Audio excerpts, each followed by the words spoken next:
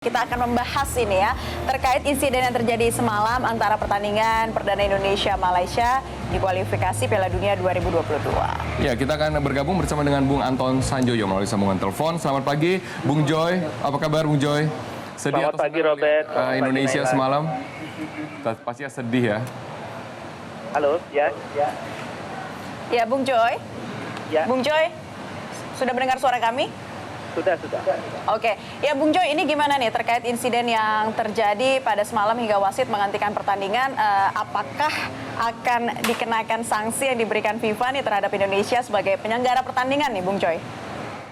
Ya, sebetulnya kalau dari pertandingan semalam dan apa yang terjadi dengan supporter, ya kita memang harusnya malu ya.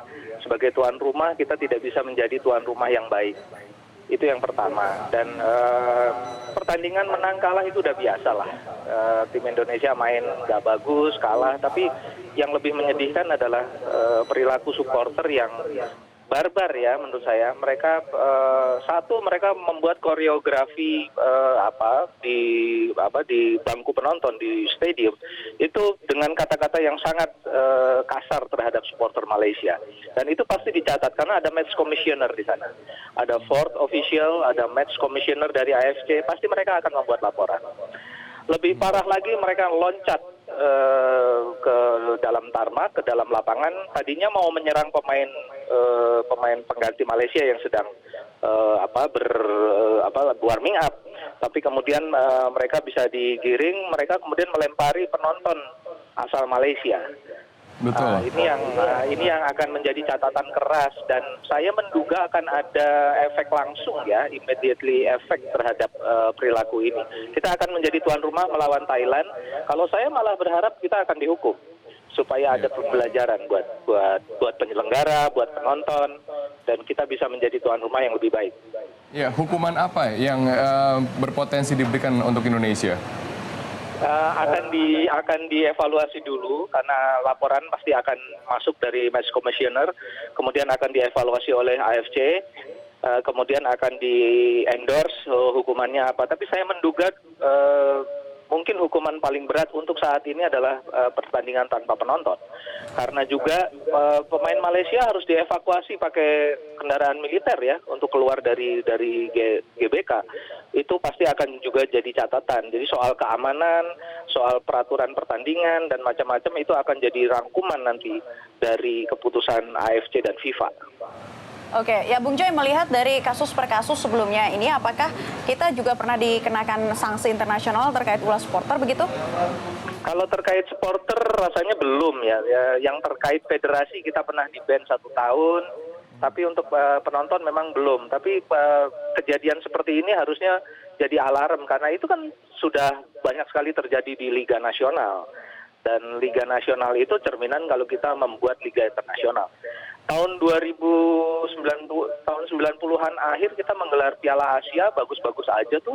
Kok sekarang jadi kayak begini gitu loh. Ini yang jadi perhatian kita semua ya. Oke. Ya. Nah itu dia tuh, kenapa kok jadi sekarang seperti gini dalam beberapa tahun terakhir? Apa yang kemudian menurun dari penyelenggaraan sepak bola kita?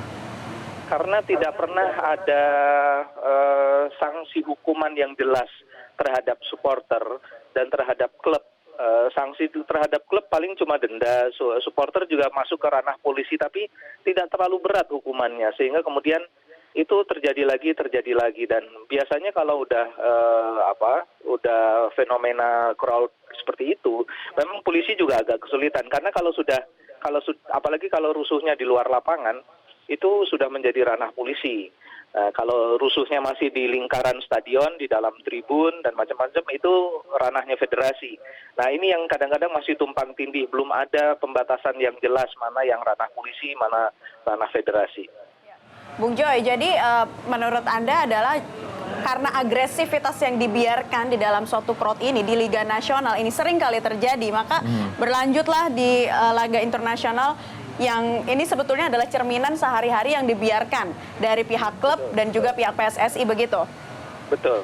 Dan ini juga sebetulnya menjadi catatan ya, karena kalau kita masuk ke laga internasional di luar negeri lah, apalagi kalau di negara-negara Eropa Barat, itu kan sangat ketat dan mereka sistem menonton itu sudah sangat rapi, terdaftar online. Jadi siapapun yang masuk ke stadion itu identitasnya jelas. Nah, ini yang kita belum punya sistem seperti itu, masih jauh. Tapi harusnya kita bisa memulai langkah karena ini rasanya harus jadi momentum ya untuk pembenahan ke depan, terutama dalam perilaku supporter karena kita nih udah tiketnya mahal pun masih kebobolan dengan supporter-supporter yang dalam tanda kutip maaf ya norak banget gitu ya. Mereka nggak ada mannernya, nggak ada adabnya. Jadi memang ini cerminan dari Liga 1 yang juga seperti itu kebanyakan pertandingan. Jadi semua harus belajar lah penyelenggara Liga 1 maupun panpel pertandingan internasional. Berarti bola ada di mana sekarang, Bung Joy, untuk menertibkan perilaku supporter? Pasti federasi punya peran yang sangat besar. Kemudian dia harus kerjasama dengan polisi, dia harus kerjasama juga dengan kelompok-kelompok supporter. Susahnya kan kalau penonton timnas ini kan campur, nggak ada korlapnya lah gitu istilahnya. Tapi kalau kita bisa mendidik supporter mulai dari level klub, mulai dari korlap mereka, harusnya sih bisa ya karena sebetulnya kan yang rugi Indonesia sendiri gitu loh. Ini harus dikasih tahu ke mereka bahwa kerugian yang didapat juga kita sendiri, timnas kita, dan itu yang terjadi misalnya kepada Persib Bandung kemarin, kepada Persija, kan yang dihukum juga klubnya, tapi di ranah polisi mereka juga ditangkap dan dihukum. Jadi hal-hal seperti itu harus lebih tegas. Baik, Bung Anton Sanjoyo, terima kasih sudah memberikan pencerahan nih atas insiden yang terjadi semalam. Semoga juga ini menjadi pelajaran kita bersama untuk jangka panjangnya, agar tidak terjadi lagi lah. Jangan sampai sepak bola nasional sama dengan kekerasan, ya kan?